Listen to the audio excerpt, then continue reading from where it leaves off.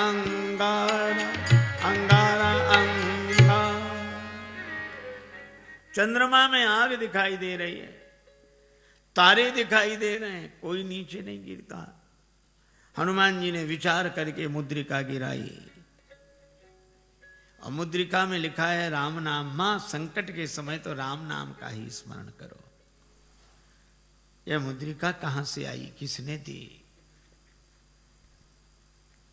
चकित चितौ मुद्री पहचानी। हनुमान जी श्री राम कथा कहने लगे। जानकी जी ने कहा जितने इतनी सुंदर कथा सुनाई उसे भी तो देखें। हनुमान जी बोले बस माता कथा ही सुंदर है, कथा कहने वाला तो बिल्कुल बंदर है, ये छिपा ही रहे सो अच्छा। पर जानकी माता बोली बंदर ही सही, कथा सुनाने वाला तो सुंदर आवे।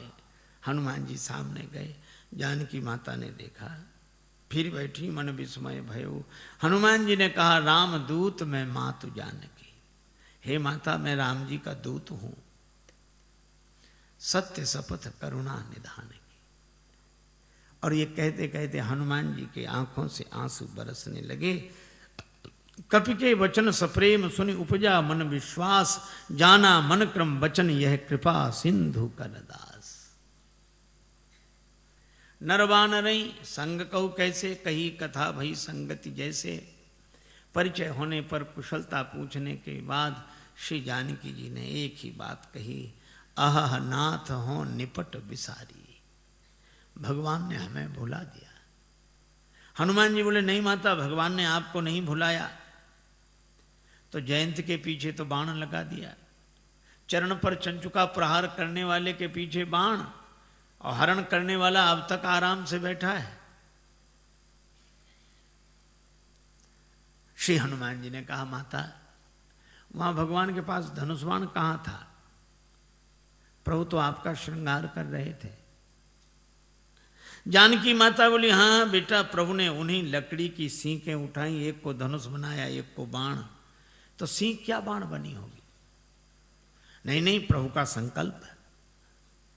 तो मां औरों को तो सीख ही दिख रही होगी, बाण है ये तो पता आपको होगा। हाँ, तो हनुमान जी बोले ऐसा भी तो हो सकता है कि हरण करने वाले रावण के पीछे किसी और रूप में बाण को लगा दिया हो। और रूप में? किस रूप में? हनुमान जी ने कहा कि माता सामने देखो, ये वानर के रूप में राम जी का बाण ही है। जिम अमोघ रघुपति कर बाना, एही भांति चले हनुमाना। ये बाण है। दनुज वन कृशानुम, रघुपति बाण कृशान, श्री हनुमान जी कहते हैं। जननी हृदय धीर धरु जरे निशाचर जान, ये राम जी का बाण है। सिंह के रूप में जयंत के पीछे बाण लगाया और बानर के रूप में रावण के पीछे बाण को लगा दिया। बेटा हनुमान अच्छा किया कि तुमने हमें बता दिया, तुम न बताते तो मैं कैसे जानते। हनुमान जी ने कहा कि माता मैं भला आपको बताऊंगा, आपको स्वयं पता लग गया। और आपने रावण से कह भी दिया। जब रावण ने कृपाण उठाई तो आपको लगा क्या मैं यहां बिल्कुल अकेली हूं? तो जैसे ही आपने सोचा तो आपको पता लग गया कि हनुमान यहां है। तो आपने रावण से भी कहा, अस मन समुझ कहत जान की, खल सुधि नहीं रघुवीर बाण की। अरे खल, तुझे राम जी के बाण की खबर नहीं है। अगर अंतर कथाओं का सहारा न लिया जाए तो राम जी के बाण के रूप में तो यहां अर्थ श्री हनुमान जी का ही ध्वनित होता है।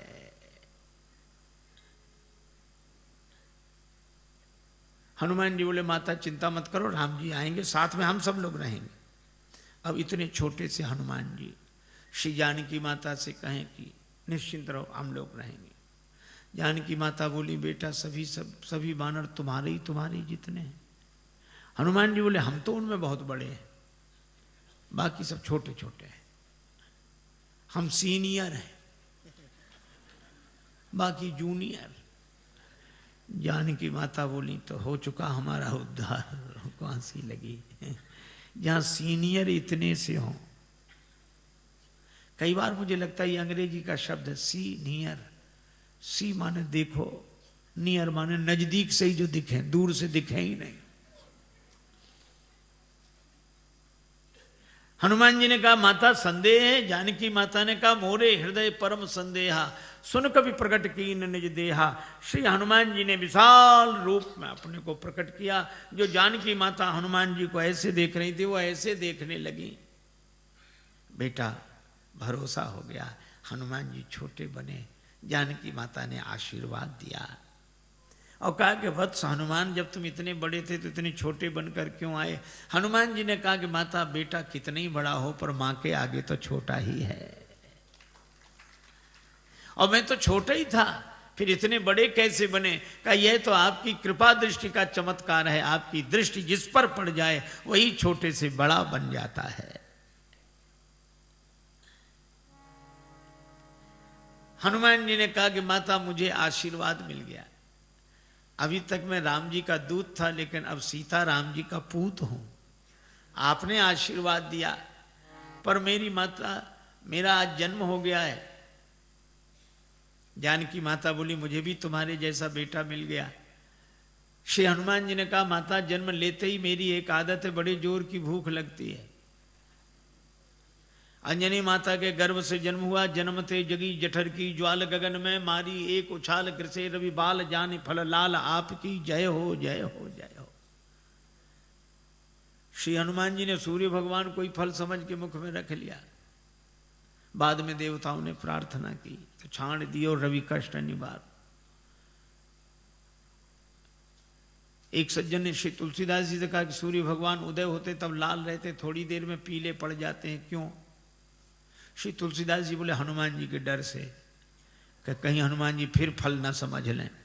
जाको बाल विनोद समुझ मन, डरत दिवाकर भोर को।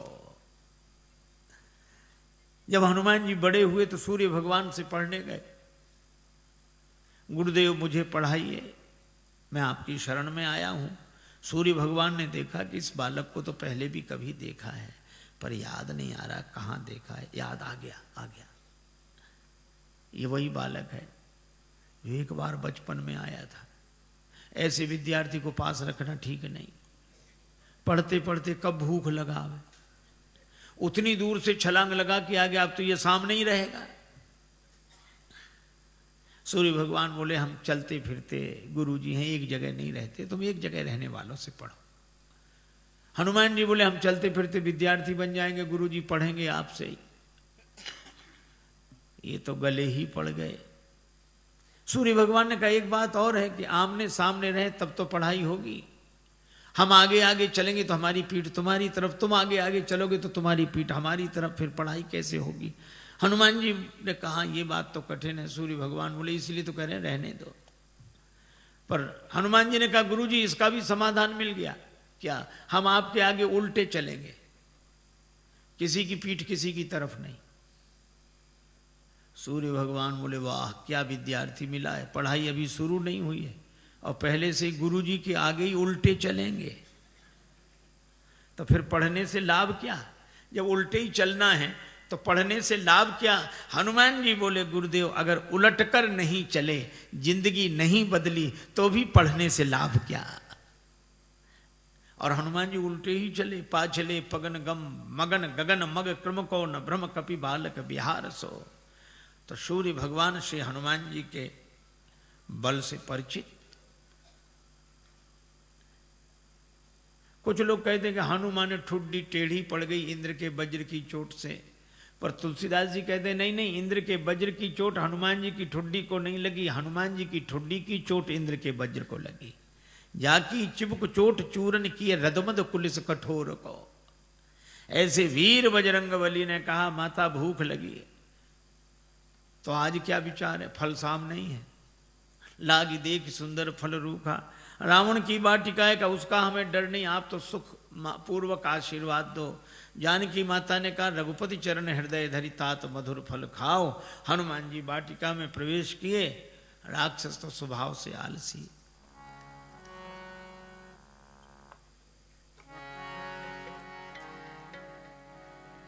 चले नाही सिर पैठी बागा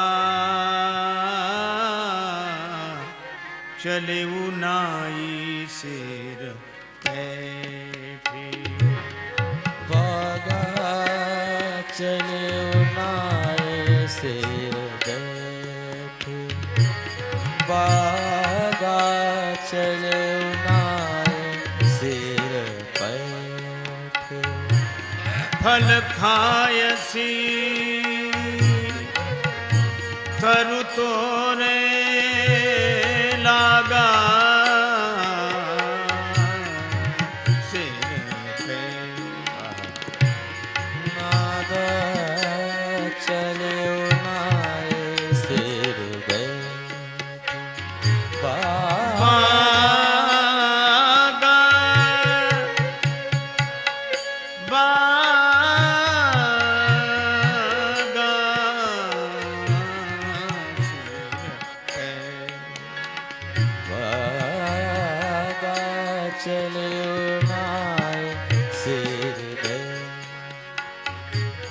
हनुमान जी ने बगीचे में प्रवेश किया। राक्षसों ने देखा बंदर आया, बंदर बंदर बंदर। दूसरा राक्षस वाले आते रहते हैं ऐसे बंदर, स्वभाव से ही आलसी। हनुमान जी ने कहा आए नहीं तो फल खाए। अरे बंदर फल खाए जा रहे। अरे फल खाएगा 2 4 10 क्या। हनुमान जी ने तब पेड़ उखाड़ने शुरू किए, तरु तोड़ने लगा। अब पेड़ उखाड़, अब इनको होश आया कि रावण को क्या जवाब देंगे। पेड़ ही गायब। क्या कर रहे हो? हनुमान जी ने कहा तुम्हारी प्रतीक्षा, आओ। और जो आए सो हनुमान जी गदा की जरूरत ही नहीं पड़ी। जिस पेड़ के फल खा रहे थे वही पेड़ उखाड़ के राक्षसों पे मारा। कुछ बचे गए पुकारत कछु अधमारे। अधमरे थे वो गए। अच्छा जो पिट कर जाएगा डरा हुआ, वो लंबी बात नहीं बोल पाता, हाँफ रहे थे। रावण ने कहा क्या हुआ? नाथ एक आवा कपी भारी, 2 ही 2 अक्षर मिलेंगे इस पंक्ति में। थोड़ी सांस ठहरी, अब कहते हैं सो अशोक वाटिका उजारी। अक्ष कुमार को भेजा, पर कपीशम अक्षहंतारम,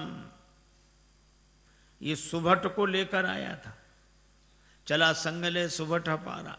हनुमान जी ने अक्ष कुमार का वध किया। बंधु निधन सुन उपजा क्रोधा। आप लोगों ने बताया कि वो कपि नहीं महाराज, मरकट है, मार काट मचाए है। मेघनाद बोला मैं चलता हूं। अब रहे महाभट था कि संगा, भट्ट सुभट महाभट्ट, पर धन्य हमारे बजरंग बली, सबको भटा भट्ट कर दिया, एक नहीं बचा। कजू मारे से कजू मारे देसी, जिस पर पेड़ पटका उसे मार दिया। और एक राक्षस को इस हाथ में पकड़ा, एक को इसमें बड़ा रूप, तो ऐसे ऐसे रगड़ दिया। अब वो चिल्लावे बचाओ बचाओ। हनुमान जी कहते हैं मजीरा बजा के कीर्तन करने की आदत है, हम समझ रहे हैं कीर्तन नहीं हो रहा है। और जो हमें बचाओ, बचाएं तो तब जो ऊपर तक पहुंचेगा। बंदर को गिराओ, जो पांव के पास गए तो कछु मिली ऐसी धरी धूरी। ये कछु थोड़े बहुत नहीं है।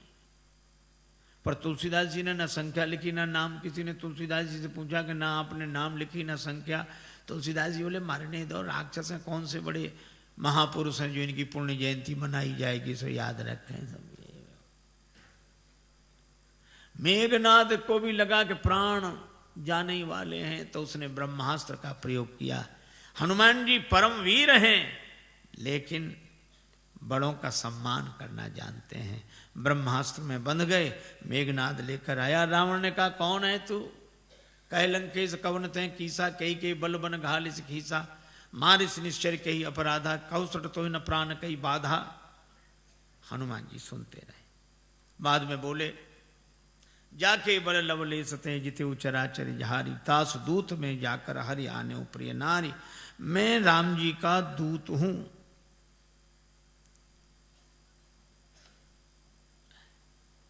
विनती करता हूं, विनती करो जोरी कर रावण सुनो, मान तज मोर सिखावन। पर रावण ने उस विनती को सुना नहीं। बोला मुझे समझा रहे, मुझे समझाने का फल जानते हो?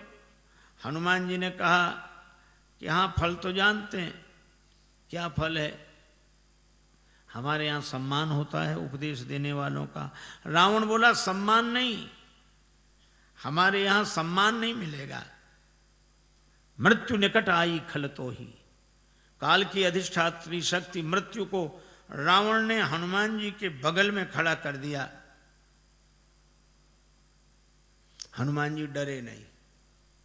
रावण बोला मौत तुम्हारे बगल में खड़ी है, तुम डरते नहीं हो? हनुमान जी ने कहा कि रावण मौत हमारे बगल में खड़ी जरूर है, लेकिन देख तुम्हें रही है। रावण बोला हमें देख रही तो तुम्हारे पास क्यों खड़ी है? हनुमान जी बोले हमसे तो पूछने आई है कि रावण का अभी मामला साफ करना है कि बाद में, तो अभी तो हम उसे रोके, फिर तो जो होगा सो होगा ही। रावण को बड़ा क्रोध आया, मार डालो राक्षस को। राक्षस मारने दौड़े। हनुमान जी ने मन ही मन सोचा कि जानकी माता को बचाने के लिए मंदोदरी आ गई, तो मुझे भी बचाने के लिए कोई आएगा। और इतना ही जैसे ही राक्षस मारने दौड़े तो सचिवन सहित विभीषण आए। और कोई सजा दे दो। रावण बोला बंदर के अंग भंग कर दिए जाएं। हनुमान जी ने सोचा पता नहीं कौन से अंग भंग किए जाते हैं। पूंछ लटक रही थी पीछे।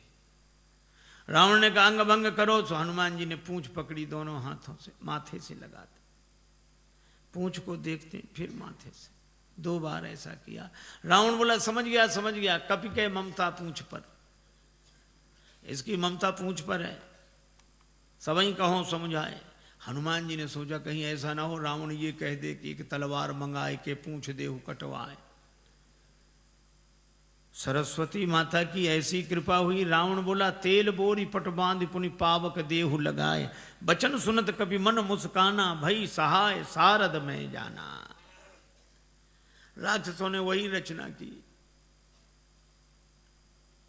तेल तो खत्म, घी खत्म। रावण बोला मूर्खों घी के लिए कहा किसने था? हमने कहा था तेल बोरी पट, तुमने घी। राक्षस बोले हमने सोचा बंदर की पूंछ में थोड़ा बहुत लगेगा, वो तो बढ़ती जा रही है। रावण बोला तेल में ही डुबो कपड़े। हनुमान जी के पास गए कि घी नहीं तेल। हनुमान जी बोले जैसी जिसकी श्रद्धा हो, हमें सब स्वीकार है। अच्छा आपने कभी विचार किया कि रावण को हनुमान जी की पूंछ से क्यों चिढ़ है? रावण को हनुमान जी की पूंछ से चिढ़ है क्यों? आपने देखा होगा पूंछ अंग विशेष को कहते हैं और प्रतिष्ठा को भी पूंछ कहते हैं। कई बूढ़े लोग घर के बाहर मिलते हैं उदास, उनसे पूछो क्यों, क्या बात है? कुछ नहीं, फिर भी अब इस घर में हमारी कोई पूंछ नहीं रही। बोलो है पूंछ की परेशानी की नहीं। उनके घर गए, चाय की कौन कहे, पानी तक के लिए नहीं पूछा। बेटे से कहो तुम पिता को नहीं पूछते हो, वो कहता पिताजी ने हमसे पूछकर काम किया कभी कुछ? सब जगह पूंछ की ही समस्या, और हम अपनी पूंछ आगे रखते हैं पीछे नहीं। और रावण को भी हनुमान जी की पूंछ से ही चिढ़ है। रावण को लगता है लंका हमारी और हमारे यहां इनकी पूंछ। तो ईर्ष्या की आग में जलने वाला पूंछ को जला देना चाहता है, लेकिन जब जब कोई दुर्जन किसी सज्जन की बढ़ती हुई प्रतिष्ठा की पूंछ को मिटाने की चेष्टा करता है, तब तब भगवान की कृपा से उसकी पूंछ और बढ़ती है। बाढ़ी पूंछ की न कभी खेला। आग लगने वाली थी। हनुमान जी ने सोचा नगर में घूमकर देख लें, सभी ने चंदा दिया है, प्रसाद भी तो वहां वैसा वैसा देना पड़ेगा। रावण बोला बंदर को नगर में घूम कर आए, सब जगह से कुछ न कुछ आया, विभीषण के यहाँ से कुछ नहीं, इन्हें प्रसाद नहीं देना। आग लगी, हनुमान जी को पता ही नहीं लगा। देखा कि आग लगी, पावक जरत देखी हनुमंता, भय परम लघु रूप, तुरंत छोटे बन गए और ब्रह्मास्त्र से निकल आए। पर बड़ा विशाल रूप बनाया, बालधी विशाल विकराल ज्वाल जाल मानो, लंक लील वेकों काल रसना पसारी है, चारों तरफ आग। ऐसी आग लगाई, पूंछ तो पहले से ही लंबी, जैसे बगीचे में बैठकर आदमी पाइप से पानी देता, यहाँ वहां वहां। हनुमान जी ने ऐसे आग लगाई चारों तरफ। रावण ने बड़ी कोशिश की, बादलों से कहा बरसो, बादल बोले जो आ गया। उसी समय हवा इतनी तेज चली कि पानी बरसे बादल बरसे लंका में और पानी गिरे 2 किलोमीटर दूर उधर जाके जहां आग नहीं थी। रावण ने प्रलय के बादल बुलाए, प्रलय पयोधि बोले, वो भी नहीं बुझा सके। राम रोष पावक सो जरई, लंका जलकर राख हो गई। और हनुमान जी जानकी माता के पास पूंछ बुझाकर छोटा रूप बनाकर, जानकी माता ने कहा वत्स मुझे तो बड़ा डर हो रहा था, लंका जल गई, तुम्हारी पूंछ का बाल भी नहीं जला। क्यों? हनुमान जी ने कहा कि माता लंक जला के जली भी नहीं, हनुमंत विचित्र है पूंछ तुम्हारी। जानकी माता कहती हैं लंक जला के जली भी नहीं, हनुमंत विचित्र है पूंछ तुम्हारी। कौन सा जादू राजेश भरा, हंसी पूछती हैं मिथिलेश दुलारी। हनुमान जी कहते हैं बोले कपि ही राघव आगे, हृदय में आगे राम जी बैठे। बोले कपि ही राघव आगे है, पीछे है पूंछ रहस्य है भारी। वानर को भला पूछता कौन, श्री राम के पीछे है पूंछ हमारी। आगे राम जी के पीछे ही हमारी पूंछ है, नहीं तो कौन पूछता। माता लंका साधारण आग में नहीं जली, पावक में जली। राम रोष पावक, तो तुम्हारी पूंछ बची कैसे? का उस पावक में आप भी तो रह रही हैं माता। जानकी माता बड़ी प्रसन्न हुई, आशीर्वाद दिया। चूड़ामणि लेकर हनुमान जी विदा हुए। जानकी माता ने कहा कि प्रभु को प्रणाम कहना। संदेशा लेकर हनुमान जी आए। भगवान को पता लगा। हनुमान जी ने कहा कि जानकी माता की अत्यंत विपत्ति है। भगवान बोले विपत्ति तो तब होती है जब कोई भजन न करे, पर जानकी माता भजन कर रही तो अति विपत्ति। इसका अर्थ कोई भजन करे तो अति विपत्ति, न करे तो केवल विपत्ति। हनुमान जी ने कहा हाँ प्रभु। कहा कैसे? कहा कोई भजन करता है तो वह भगवान को याद कर रहा है, कोई भगवान को याद न करे तो विपत्ति, लेकिन कोई भगवान का भजन करे और भगवान ही उसे भूल जाए तो अति विपत्ति। श्री सीता जी ने आपको नहीं भुलाया, आपने सीता जी को भुलाया। नेत्र भर आए भगवान के। हनुमान मैं तुमसे उऋण नहीं। हनुमान जी चरणों में गिर गए। भगवान उठाना चाहते हैं, हनुमान जी उठना नहीं चाहते। प्रभु मैं बालक हो गया जानकी माता के यहाँ जाकर, अब बालक की मर्जी, उसे उठना होगा उठेगा, नहीं उठना होगा तो नहीं उठेगा। उठो उठो हनुमान, हम भी तुम्हें हृदय से लगा लें। हनुमान जी बोले चरणों में अच्छे मिलेंगे तो आधी जिम्मेवारी हमारी, आधी आपकी, और जो आपके चरणों में गिर जाता है उसकी पूरी जिम्मेवारी आपकी। भगवान हनुमान जी को उठाकर हृदय से लगाते हैं। वानर वाहिनी के संग प्रस्थान करके समुद्र किनारे आए। पुल बनना है। विभीषण जी कहते महाराज समुद्र से विनती करो, लक्ष्मण जी कहते सुखा डालो। भगवान ने कहा ऐसे ही करो। 3 दिन विनती की, नहीं माना। लक्ष्मण धनुष बाण लाओ, और समुद्र विप्र रूप में सामने आया। महाराज क्षमा करें। भगवान ने कहा कि वानर वाहिनी कैसे उतरे, उपाय बताया। नल नील के स्पर्श किए हुए पत्थर पानी में तैरेंगे, पुल बनाइए, और इस बाण से मेरे उत्तर तट पर रहने वाले राक्षसों को समाप्त कर दीजिए। अब देखो कितनी अद्भुत बात है। कोई न डूब रहा, उसके गले में पत्थर बांध दो तो जल्दी डूब जाता है, और पत्थर को कितनी भी ऊंचाई तक फेंको पर आएगा नीचे। ये पत्थर मानो कर्म का स्वरूप है, कर्म कितना ही ऊंचा करो अंत में नीचे लाएगा।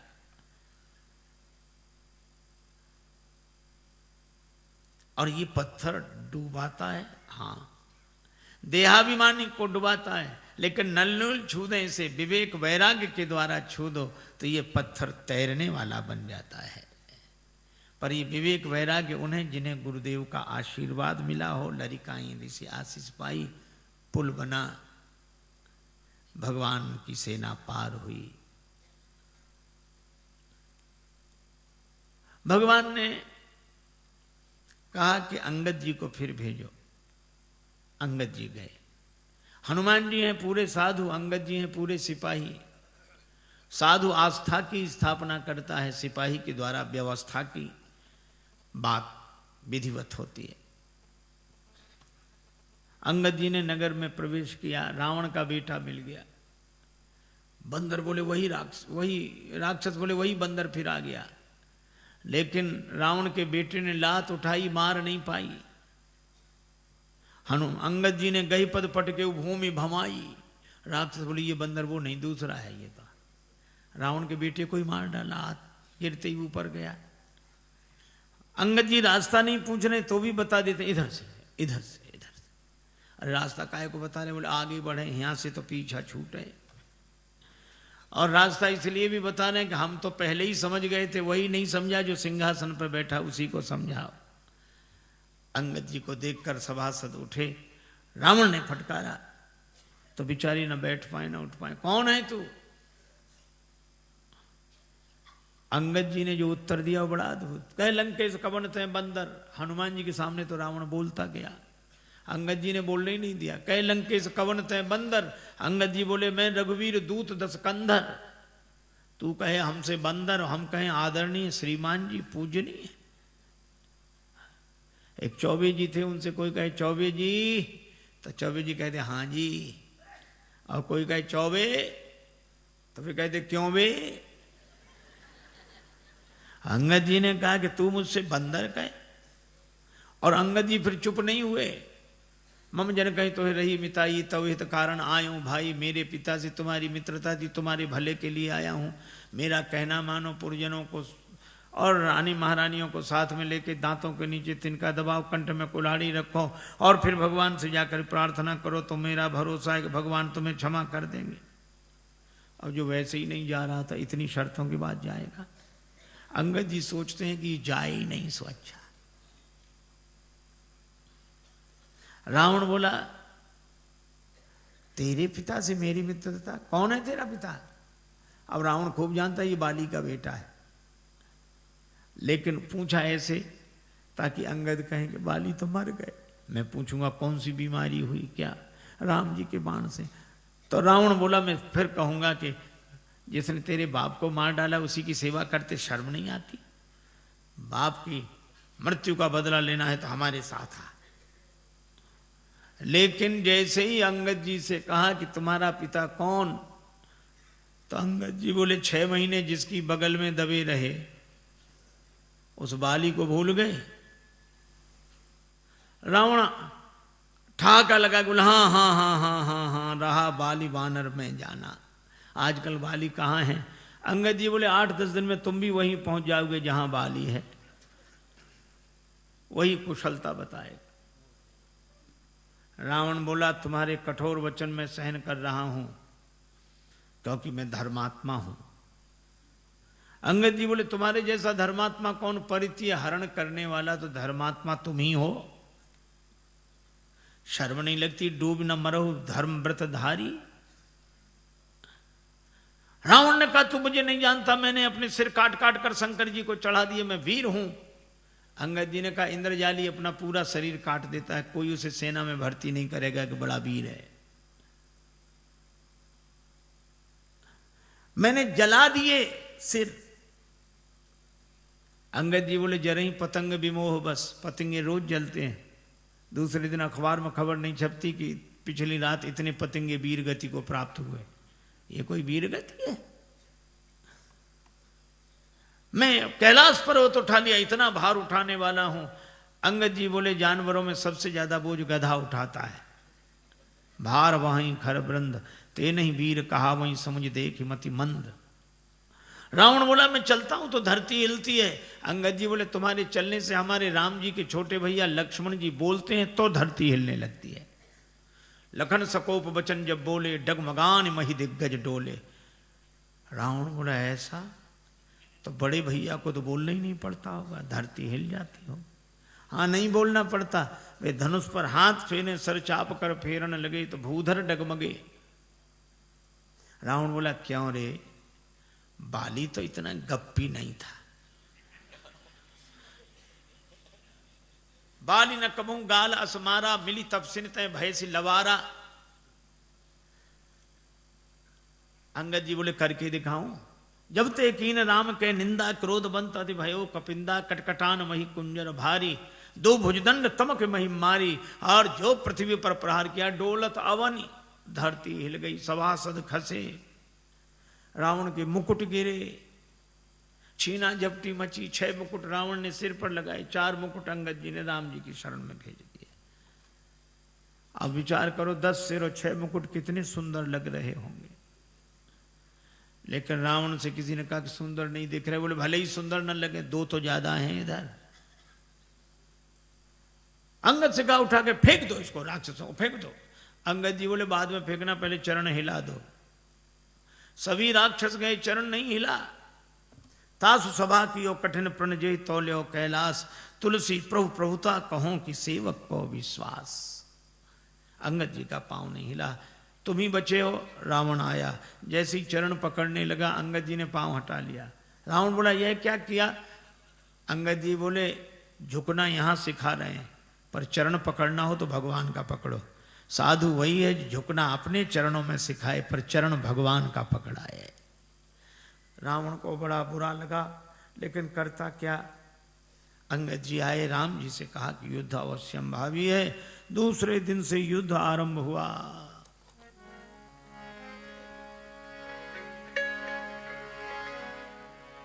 उत रावण इत राम दुहाई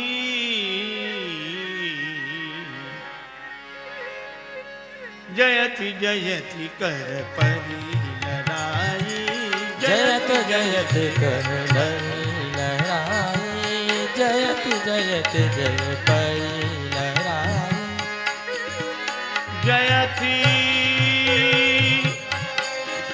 जयति कर परी लड़ाई कर परी लड़ाई। जयत जयत कर परी लड़ाई जयत जयत कर परी लड़ाई जयत जयत कर परी लड़ाई। लड़ाई शुरू हुई।